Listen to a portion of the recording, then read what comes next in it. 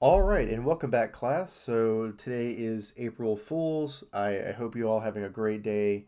Um, don't do anything stupid. Please don't go outside. Just try to stay calm and indoors. Um, anyway, with all that aside, let's just go ahead and start. Today we're going to be talking about Islam, which is the last of the three Abrahamic faiths, meaning a religion that is descended from Abraham. So the first being Judaism. Abraham is the first Jew. Christianity as a fulfillment of Judaism, at least as it sees itself.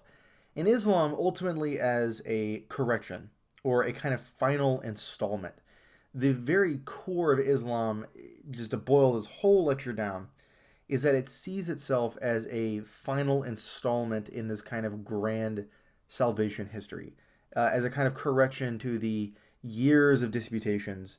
So if we go back to our Christianity lecture, remember that Christianity sees itself as a deeply rational faith, meaning that there's room for argumentation. There's room for saying you're right, you're wrong, this is right, this is what we should believe, this is what we should not believe.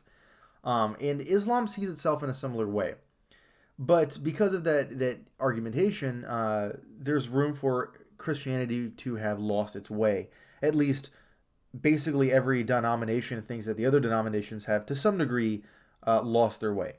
So Islam is a kind of coming back to tradition, a kind of coming back to what they believe to be the divine word of God. So Islam literally means submission to Allah, to the will of God. So Allah, let's just go ahead and do this. You have Yahweh. This is I am. This is from Judaism. You have Jehovah, also spelled with an I. This is also, as it turns out, I am. This is Christianity. And then you have Allah, who is also I am. And this is for Islam. So let's go ahead and clear up a few things. First one, okay. Who are the Islamists, the Muslims? Well, they're these people. The people in white here. The Islam is born right here on the Arabian Peninsula, and then it quickly spreads across the Middle East, across North Africa, even into Spain. So if you know about the Reconquista, that is the reconquering of Spain from the Muslims. So if you've taken any Spanish, you should realize that there are a lot of words in Spanish that are actually of Arab descent. So azúcar means sugar. That is an Arabic word. Cordoba, that's a Spanish city. That's an Arabic word.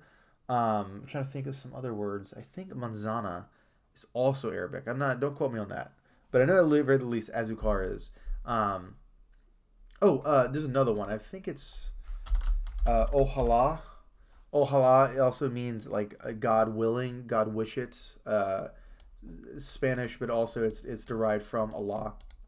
So so you see a lot of Spanish words are also descended from Arabic, and that's because of the Islamic kind of conquest of the Middle East. So what we're going to be talking about is essentially a little bit about what Islam is, what it is not, and some of the kind of core things to consider when we're talking about Islam. That way we can set the stage for the contemporary issues. So tomorrow's lecture is going to be on how we can kind of see some of the modern issues with the Middle East, especially the Israeli-Palestinian conflict as derived from this ancient kind of ground of what Islam is. Okay, so this is where we see, this is called the Muslim world, typically everything of North Africa, the Middle East, never really made it into Europe except through Spain. So let's get some words in order. Again, Arab. An Arab is someone who lives on the Arabian Peninsula, usually a speaker of Arabic. This is the Arabian Peninsula. See, this is the peninsula. This is the Arabian Peninsula. An Arab is someone who lives here. These people are not Arabs. These people are not Arabs. These people are not Arabs. Just these people. And they're typically, this is a resident of the Arabian Peninsula. You get these specific clans, and they're called Bedouins. The Bedouins are the nomads. So nomads mean people who just kind of wander from place to place, never really settling down. Nomads on this Arabian Peninsula. So this is talking about a people who are on the peninsula. These are a specific tribes, nomads. And this distinction, I see students messes up all the time. Islam is the religion. A Muslim is someone who follows Islam, someone who practices, someone who submits to the will of Allah. Okay, so it's like a Jew to Judaism. A Christian to Christianity is a Muslim to Islam. Okay, so Islam means a submission, a kind of binding back, a binding to the will of God. It is a monotheistic religion. There is only one God, and it is Allah. He has a lot of the same commandments as Jehovah, as Yahweh. In fact, they have the 10 Commandments. They have a lot of the old Mosaic laws. So if we just kind of, let me go forward a bit. Okay, so here's a good chart. If we look at like important people here, okay, Judaism has Abraham, David, Moses, Solomon, Malachi. I mean, a lot of the people in the Old Testament. Everybody in the Old Testament, the Jews believe that those people are holy. When you attack on Christianity, remember Christianity sees itself as a fulfillment of Judaism. In 0 AD or like 33 AD, Christ establishes his new church. At that point, you get all of the holy people associated with him. So Peter, Paul, Augustine, Aquinas, all of them, those are all Christians. Then Islam, very importantly, Islam believes that Abraham is holy, that David is holy, Moses is holy, Jesus is holy, he's a prophet. But very, very importantly, what makes Christianity, what makes it as different from Judaism is the sacrifice on the cross, is the kind of fulfillment of these transformation of these symbols into where he's turning all of these ancient texts, all these ancient prophecies, and Jesus believes that he's fulfilling them. And it's all leading up to the climax of Good Friday and Easter, right? The sacrifice, the actual death on the cross, and Easter, the resurrection. That's when all the prophecies are fulfilled and, Jesus kind of establishes his new and eternal covenant. So for Islam, they believe that Jesus is holy. They believe that he's a prophet, but they don't believe that he had the fullness of truth, right? So it's not necessarily that one is true and one's false, but you can be more right than someone else, right? Think about like if you were to do a math equation and you got like 90% of the steps right, but the final thing you just didn't, multiply correctly. Well, you're still mostly right. You just kind of messed up on something else. So for the Muslims, for Islam as a religion, they kind of believe that Jesus, Abraham, David, Moses, they are definitely right in a very real sense, right? Way more right than the Buddha. I mean, or way more right than the Hindus. They all believe in the right God, but they don't have the fullness of truth, the fullness of revelation as given to Muhammad. So let's go back a little bit. Who are the Bedouins? Well, they are kind of the nomadic people. See here, this is a Bedouin on a camel riding through the desert. But they're these local tribes, and they're very kind of warlike. They're constantly competing with one another for limited, scarce resources, and that makes sense. Desert peoples typically are very warlike because there's limited resources. So we find this consistently. All the different Mesopotamian cultures, like the Babylonians, like the Akkadians, like the Assyrians, typically very warlike, but communities or civilizations with a lot of resources, like India or China, not really emphasis so much on war. I mean, there's definitely wars, but they typically form greater, larger civilizations, whereas desert peoples are typically mostly nomadic. So that's that. They're these local independent tribes. What Islam is going to do is it's going to kind of unite them around a common goal, a supernatural goal, and that is their own kind of beatific vision, their blessed vision of Allah and his image. But these Bedouins, before Muhammad, they're mostly animistic, meaning animistic comes from the Latin animus, which means soul. So they kind of believe in the same thing that Native Americans believe, that there's like these different souls of the world. Like there's the soul is in the desert, the sky has a soul, and they're polytheistic. So there's many gods. So when we say that the Bedouins were animistic, what we're saying is that they believe in multiple gods, and these gods are kind of nature gods. Allah is not like that. Allah is the same God as Jehovah, as the same God as Yahweh. Remember, we keep going back to this pure actuality thing, right? No limitations, no divisions. So Islam does not believe in the Trinity. The Trinity is a very difficult concept that I tried to get across in the last lecture. I'm not sure how successful that was. But the whole point of the Trinity is that it's a mystery because it's trying to reconcile what we know of God as being a being of pure actuality, of I am, right? He is, in some way, existence itself, therefore no limitations, no divisions. So you can't really have that and also be polytheistic. So what Islam is going to do is they're going to, by uniting all of these people, really gets rid of this animistic religion. And it puts in place a kind of, I would say, very intellectually sound religion. Islam is one of the great religions of the world precisely because it takes itself seriously. It has its own theology, its own philosophy in support of it.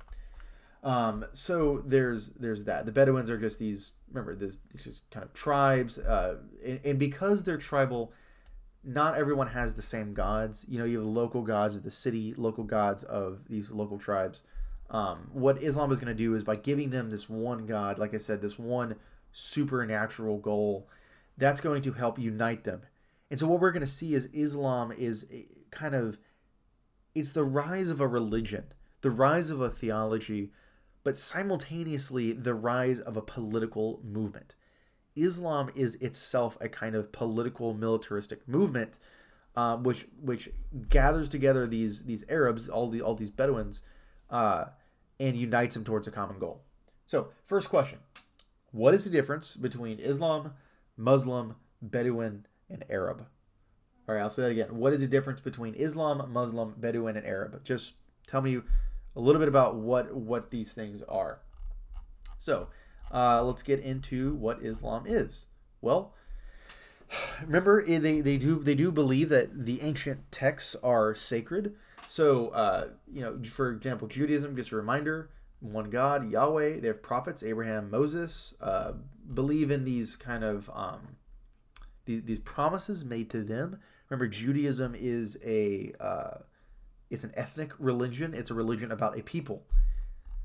Christianity is the same thing, right? They have a God, Yahweh, and they also believe in Abraham. But they kind of believe that Jesus is the fulfillment of the prophecies, of the promises, of the covenants given to Abraham, given to Moses, given to Malachi, given to all these people. Christ will be the fulfillment of that. Okay? And they add onto it the New Testament. Here's where Islam is slightly different. Islam believes in these different holy people, like we said, Abraham, Moses, David, Jesus. But the founder is Muhammad. And this Muhammad guy is a really interesting figure. It's a religion of faith in the sense of it's leading men towards a common conception, right? A common conception of the good, the supernatural good. But what's interesting about it is that it is also a kind of quasi-ethnic religion, a quasi-political religion. Like we said, what it does is Islam leads us to, a political movement. What we're going to see is a dynasty, a caliphate that's going to control all of these places. And there's going to be wars over what that religion is to mean. So Islam has a lot of things in common with Judaism and with Christianity. So let's go over that. So here's where Islam has things in common with Judaism. Well, they have Abraham, right? They believe in Abraham. They believe in Yahweh. But very importantly, it's also a kind of ethnic / political entity. Remember how Judaism forms these tribes, these kingdoms, the kingdom of Israel, the kingdom of Judah. Islam's going to have a similar thing, right? Islam is going to form these caliphates. It's going to be a kind of political, military movement that's going to sweep across what's now called the Arab world. Also, what it has in common with Judaism, we'll get that in a second. We'll see what it has in common with Christianity. Well, they have Abraham, they have Yahweh, but they also have it being a kind of evangelical religion. I mean, remember, Judaism is not evangelical. Okay, you can't convert to a family. Remember, we keep saying that you can't convert to a bloodline. You are either part of the Jewish community or you're not. You're either Jew or Gentile. With Islam, however, it's evangelical. I mean, the idea is that the words of that God or Allah gave to Muhammad are the divine words, divinely inspired and divinely promulgated. So it's evangelical, meaning it's missionary, or you say it spreads. So you see the Islamic world very rapidly expands. I mean, it expands this huge kind of conquest of North Africa and the Middle East in a way that Judaism never does. I mean, you don't see Jews like control all of this, but Christianity expands. Christianity kind of takes the form of the whole Roman Empire. In Islam, simultaneously expands. So there's this idea that there's this kind of war between Christianity and Islam, which I would say is not real, but nevertheless is perceived by a lot of people, and I think wrongfully so. But it's because both of these religions are evangelical. They're both, in a way, warring for the same souls. They have a lot in common, way more in common than people think, but at least people think that they have, they do have something in common. But so they call God Allah. Like I said, they have Abraham. Muhammad is the founder. But that's what I was saying, is that it's about faith. It's about this one true belief, but it's a religion of practice, of like doing something, being in a specific area at a specific time with a specific group of people. So the religion is it dances between this universal message of everyone should bend the knee to Allah. Everyone should practice, Islam, should submit to Allah. But at the same time, there's also this focus on this deeply political character of it, like the Muslim state, the Muslim occupation, more than just, it's not where anybody can just convert to Islam. You really have to be part of the kind of Muslim state. So, strong belief in missionary work, like we said, very kind of rapidly spreads. They do not have the Bible. They have the Quran, which is believed to be divinely whispered into Muhammad's ear, and he wrote it down. So it's not like Muhammad found this text. Rather, it's that his hand was divinely guided by Allah. That's the Quran. But now what we're going to get into is kind of the main pillars of Islam. Think about Christianity having like these creeds, like I believe in God, the Father Almighty, I believe in the Holy Spirit, I believe in Christ. And the whole part of the Filioque controversy is that it's a debate, an argument about what Christians are to believe. Islam is a little simpler in the sense of there's 5 core pillars that if you are to be a Muslim, you have to have them uphold your life. Right? They're called pillars because a Muslim can stand very strongly on these pillars. So we're just going to go over them. The first one is profession of faith, that there is only one God, Allah, and Muhammad is his messenger. I just want to reiterate here, Muhammad is not the son of God. So Muhammad is not a Christ figure. He's not a Messiah. He's not the Lamb. He's not the broken bread. He's not the Son of God or anything like that. Muhammad is a messenger. And so the first pillar is a profession of faith, and it's to say that Muhammad was received, like I said, the fullness of truth, the fullness of revelation, correcting the mistakes and correcting the disputations of the Jewish and Christian thinkers. So Muhammad is a messenger, not a son of God. The second pillar is prayer. You pray 5 times daily. There's usually these bells that will ring and these loud kind of calls to faith, the calls to prayer. And you'll actually see if you were to go to Iraq, if you were to go to Iran, you would see people stopping work sometimes and just go to the mosque, do their prayer, and then go back to work. I mean, imagine that the whole society is built around a faith. You could see that they have a totally different workday than what we do in America. So you're supposed to pray 5 times daily, and when you do so, you're going to face Mecca. And we're going to get to the importance of Mecca in a bit, but just realize Mecca is a city. Okay, here is the Great Mosque. This is called the Kaaba. It's actually in Mecca. These are all people, by the way. They're all praying to it. I'm not sure. Okay, anyway, they actually expanded this recently. These are all kind of pillars around it. What they have to do is they have to walk around the Kaaba praying. What they're doing is, let's see, is it on here? Yes, here. It's called the Hajj. It's a pilgrimage where they actually have to journey. Every Muslim is supposed to journey to the holy city of Mecca at least once in their life. Mecca is a very important city in Islam. I don't want to say anything incorrect here. So I'll have to read back up on the importance of Mecca and Medina, 2 very important cities in Islam. But the Hajj is with the 5th pillar where Muslims have to make a journey, and this is the Kaaba, which is in Mecca. So there's prayer. The 3rd pillar is charity, giving. You're supposed to give at least 2.5% of one's wealth to the poor. I've actually seen most Muslims suggest more than that, and this is like during Lent right now for Catholics.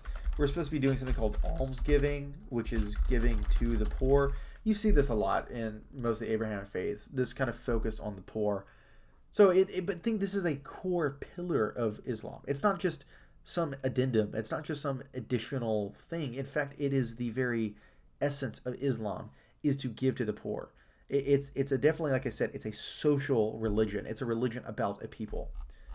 So there's that, and then 4 is fasting. Fasting during the holy month of Ramadan. It's similar to Catholic Lent. It has nothing to do with Easter, but it's similar in that only certain people have to do it. So if you're a child, you don't have to fast. If you're elderly, if you have a serious health condition, you don't have to do it. But it's for healthy Muslims to kind of remind themselves of really kind of how limited they are in the face of a limitless God. So question 2 is going to be, what are the 5 pillars of Islam? I mean, what are like I said, the 5 kind of core elements that Islam has that kind of, like I said, every Muslim, if they're going to be a strong Muslim, are to uphold and to practice daily.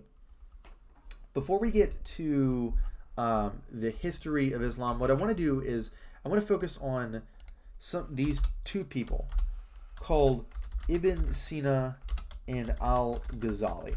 Okay. What we're going to talk about is, if we're continuing our discussion of the 5 pillars of Islam, what it's to say is essentially we're asking the question, what is Islam? In another way, we're asking the question, what does God demand from us? Right? If Islam is about submitting to the will of God, then it's very important we understand what is it that God has willed. Okay? So that's why the Quran being a holy text is very important. It's because it's divinely authored. It is the will of God. And so if Islam is focused on what God wills, going back to our Christianity discussion, there's not a lot of room for mankind to decide what God has willed. In another way, we're saying, where is there room in Islam for philosophy, right? For what can man know? So on the one hand, we have people like Ibn Sina. We'll see him called in Latin, he's called Avicenna. This guy is extremely intelligent. One of the greatest Muslim thinkers of all time. He takes on Aristotle's thought. So as the West is falling, as the Roman Empire collapses, it's the Muslim world which holds on to education. It's the Muslim world which propels mathematical knowledge, which propels most of the sciences, and then gives it back to Europe once once Europe can kind of get its feet back, or kind of get back on its feet. So, with that being said, the Muslim world, the Muslim philosophers have to deal with this question of, well, essentially, what can man know on his own? And to ask this question, what can he know on his own, is to say, what power does man have? Okay, and the more power I give to man, in a way, is the less power I give to God. So if I say I can know not to eat a bowl of nails, then what I'm saying is that I have that power. It's not given to me by God. Rather, it is just kind of born naturally from me. So what Ibn Sina tries to argue is he argues that man has his kind of gift of natural reason, that man can know certain things and can know other things. Now, he argues that reason is limited, yes, but reason is a natural gift of mankind. And so because of this, the conclusion is that man can know things outside of divine revelation. So we don't have to rely just on divine revelation to know certain things, right? And a way of thinking about it, think about it as, if I were to say that gravity is equal to negative 9.8 meters per second squared, or that 2 plus 2 is 4. What I'm trying to find is this mysterious thing called nature, right? What is nature? What is the kind of structure of the world?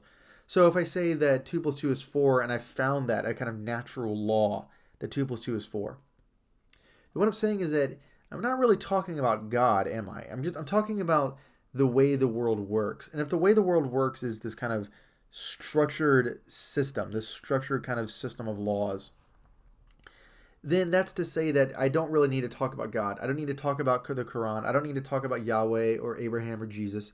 I'm just appealing to my own reason, and I can know certain things about nature itself. So the more I give to nature, the less I give to God. Okay? The more emphasis you put on knowing things in themselves, like knowing the essence of a dog, knowing that 2 plus 2 is 4, knowing that eating nails is bad for me. I'm saying that I know all those things by nature. And what I'm saying is that they're not found in God. So by putting such an emphasis on reason, Ibn Sina is trying to kind of sneak in philosophy, but by doing so, the anxiety immediately here is that Ibn Sina is limiting the power of God. If God is all-powerful, then it's God who is making 2 plus 2 is 4. 2 plus 2 does not have to equal 4. It only equals 4 because God wills it, because Allah is demanding it as such. He decrees it as such. So think about if I said, when I throw a brick through a window, what's going to happen? And I think any reasonable person is going to say, well, duh, the window is going to break. But then you say, why? Why is the window going to break? Well, is it because the brick has some power in itself that is going to shatter the window? Every brick that is ever thrown is going to shatter every window, right? Well, are we saying that because there's a power in the brick, or are we saying it because God has willed that every brick will shatter every window? And if Allah just so happened to not want a certain brick to shatter a certain window, it would not. It would just bounce off the window. So what we're saying is Allah limited by the kind of coherency of nature, the laws of nature? Or when I try and find the law, what I'm really getting at is that, well, on every occasion that I throw a brick, Allah just so happens to will that it will break the window.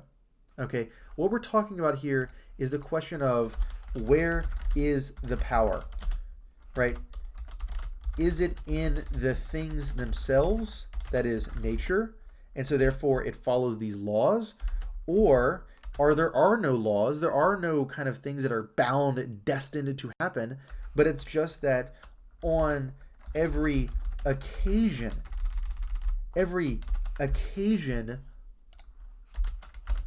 Allah wills it to happen that way, right? So the question is, like, if I say I know something, if I say I know that a brick is going to shatter a window, then if I'm appealing to these laws, what I'm saying is that I don't need to talk about Allah. Allah is out of the question here, because it's just that the power is in the brick itself. So a lot of other Muslim thinkers will push back against Ibn Sina and say, no, what are you doing? You are limiting the power of God. If God is infinite, if God is all powerful, then by saying that the brick has its own power, its own causality, its own laws to break the window, you're limiting God in that respect, right? It's not God who broke the window. It's not God who has the power. You're saying the brick has power. And to whatever degree the brick has power, God doesn't have that power. So Al-Ghazali will respond to Ibn Sina, and he'll say, no, actually, he'll posit this theory of occasionalism and say, no, philosophy cannot know anything on its own without aided by divine revelation. And this is from Allah. So the anxiety here is that if I focus so much on philosophy, on knowing things in themselves, on understanding nature, okay, there's this, like I said, this problem of nature. If I try and find these laws, find these truths, then what I'm saying is that it's not that God happens to will it. I mean, God could will that this brick doesn't shatter this window. He could say that, no, actually eating a bowl of nails is good for me. It just so happens that on every occasion, God has decreed that, this brick will shatter this window. But there's no law. There's nothing binding God to that. Because to bind God is to limit him.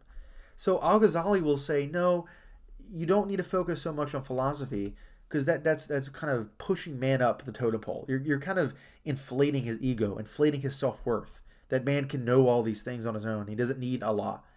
So Al-Ghazali will posit this theory of occasionalism to try to bounce back or to kind of fight back against what he sees as pushing man up. Where in Islam, you're supposed to submit. You're supposed to bow down to the infinite beauty, the infinite goodness of Allah. So the anxiety here is about nature. Like I said, the anxiety here is about what can man know on his own. So we see this a lot. To boil both of these two guys down, Ibn Sina and Al-Ghazali, it's to say that Islam has had historically a struggle with what does it mean to submit? What does it mean to be a good Muslim, right? On the one hand, we talk all day about, these 5 pillars. We say, okay, these are things that every Muslim is supposed to do. But then on the other, you say, well, what does the Quran not talk about, right? Or rather, what can man know even outside of the Quran? And this is the same problem that Christianity faces. What can man know outside of the Bible? What can man know through his own reason? So in Christianity, you get the Gnostic fideist controversy, right? You get the people who believe that you can know everything by yourself, and some people who say, equally as radical, you can't know anything. You have to submit blindly, faithfully to the will of God. And then you have people who kind of wade in between. Now, Avicenna, Ibn Sina, will not go as far as to say that you can know everything by reason alone. That is not at all. He actually believes very strongly in divine revelation.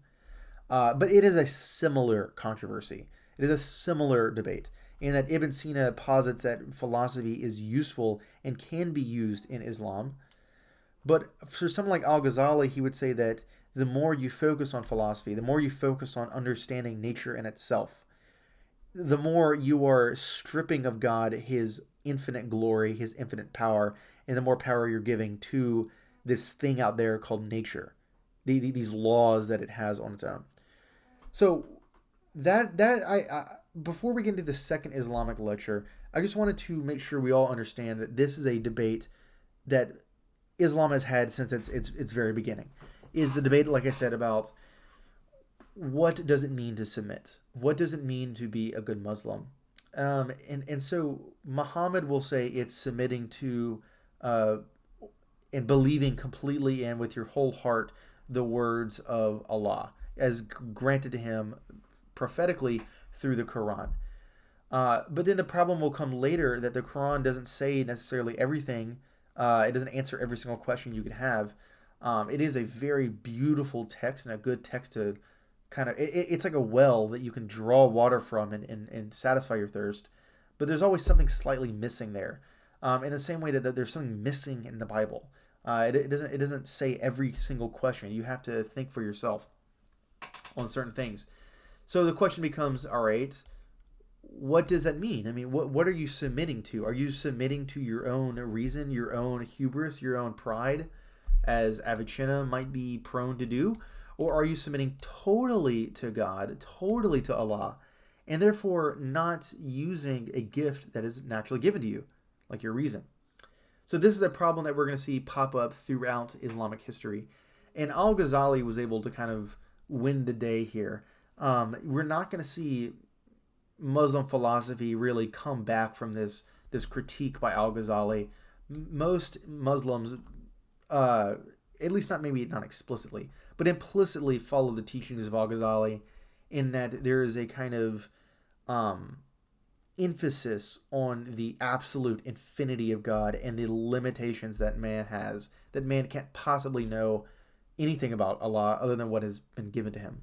So Ibn Sina mostly lost this debate, and that's why we're going to see a decline in Muslim philosophy, where we see the rise of Christian philosophy at basically the same time in like the 12th century. So that's going to be it for today's lecture. The third question is going to be Islam is able to use philosophy, or rather, here it is. I want you to explain for me the difference here between what we're going to call in Ibn Sina, we're going to call his doctrine Islamic Aristotelianism. Okay? So we're going to call it Islamic Aristotelianism, and Al-Ghazali has this doctrine of occasionalism. Let me just bold these to help you out. Oops. There you go. And Islamic. I want you to tell me what's going on here. Like, as in, what does Islamic Aristotelianism argue, and why does Al-Ghazali posit this doctrine of occasionalism? What are they fighting about? Okay, that's the question. What are Ibn Sina and Al-Ghazali fighting about? And then from that, I want you to kind of answer in the same response. I want you to tell me which one you agree with more and why. Do you think that nature has these laws, these powers in itself? Or do you agree with Al-Ghazali that in order for that to be true, then you're limiting God, and so therefore, no, there are no such things as natural laws. There's only, on every single instance, God happens to will that this brick will shatter this window. So tell me, what is this debate about, and tell me which one you agree with and why. So the three questions, once again, the first one was, what is the difference between Islam, Muslim, Bedouin, Arab? Second question, what are the 5 pillars of Islam? And 3, tell me about this debate between Ibn Sina and Al-Ghazali, and which one you agree with and why. So I will see you tomorrow.